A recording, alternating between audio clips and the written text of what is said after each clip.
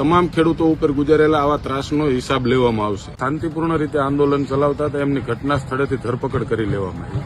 ગુજરાત પોલીસે ના ભૂલવું જોઈએ કે ગુજરાતના ખેડૂતો છે, હિન્દુસ્તાનના નાગરિકો છે। આમ આદમી પાર્ટીના જેટલા પણ નેતાઓ ત્યાં જતા હતા એમને પણ રસ્તામાંથી ઉપાડી લેવામાં આવ્યા।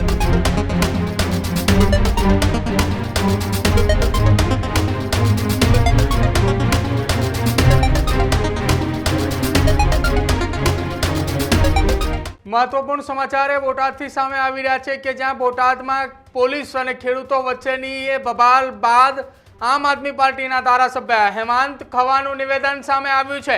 બોટાદના હળદળ ગામે પોલીસ અને ખેડૂતોની બબાલનો એ મામલો કે જ્યાં આમ આદમી પાર્ટીના નેતાઓએ ખેડૂત મહાપંચાયત બોલાવી હતી, જે ખેડૂત મહાપંચાયતની અંદર આપ નેતા રાજુ કરપડાની સભાની અંદર એ બબાલ થઈ હતી। રાજુ કરપડાએ એપીએમસીથી 5 કિલોમીટર દૂર હળદળ ગામ ખાતે એક સભા બોલાવી હતી। રાજુ કરપડાની ચાલુ સભામાં પોલીસ પહોંચતા જ પથ્થરમારો થયો હતો। પોલીસે પહોંચતાની સાથે જ પથ્થરમારા બાદ ખેડૂત અને પોલીસની બબાલ વધુ ઉગ્ર બનતા પોલીસે ટીયર ગેસના સેલ છોડ્યા હતા। મામલો વધુ ઉગ્ર બનતા જ આપના નેતાઓએ સભામાંથી ફરાર થયા હતા।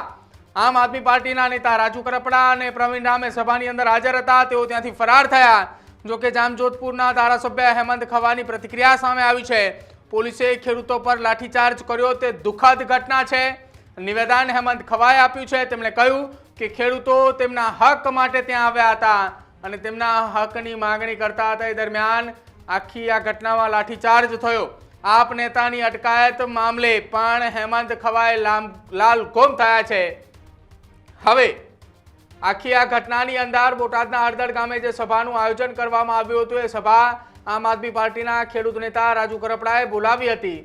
જો કે જ્યારે આ સભા એ વધુ ઉગ્ર બની, પથ્થરમારો અને લાઠીચાર્જની શરૂઆત થઈ, તો આમ આદમી પાર્ટીના નેતાઓ કેમ ત્યાંથી ફરાર થયા?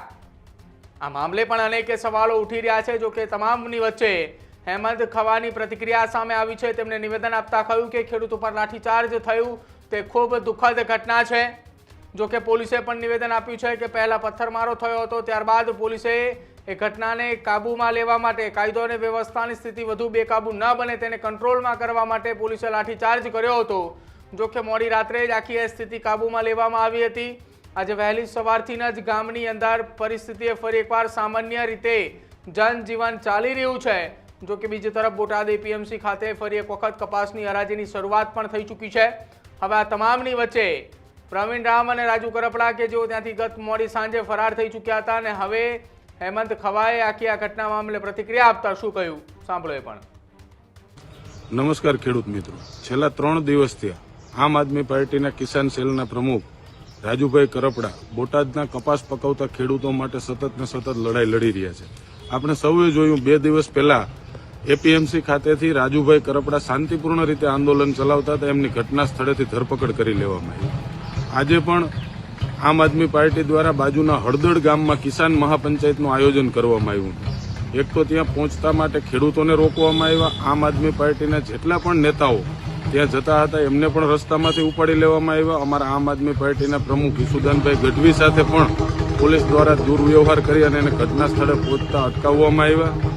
અને જે લોકો હળદળ ગામમાં પહોંચી ગયા હતા એના ઉપર પોલીસ દ્વારા લાઠીચાર્જ કર્યો અને ટીયર ગેસના સેલ છોડવામાં આવ્યા।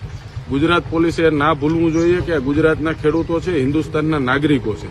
આના ઉપર ભાજપના ઇશારે જે અમાનુષિત ત્રાસ ગુજારવામાં આવી રહ્યો છે, આવી એક એક ઘટનાઓની આમ આદમી પાર્ટી નોંધ લે છે અને સત્તા પરિવર્તન થતા વાર નથી લાગતી। આગામી સમયની અંદર જ્યારે પણ ખેડૂતોની સરકાર બનશે ત્યારે તમામ ખેડૂતો ઉપર ગુજારેલા આવા ત્રાસનો હિસાબ લેવામાં આવશે।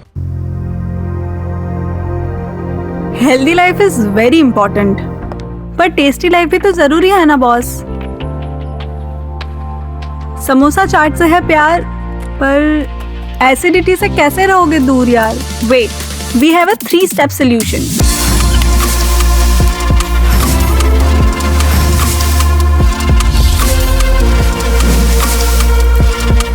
विट्रिशियन ओरल स्ट्रिप, क्योंकि टेस्टी लाइफ भी तो जरूरी है ना बॉस।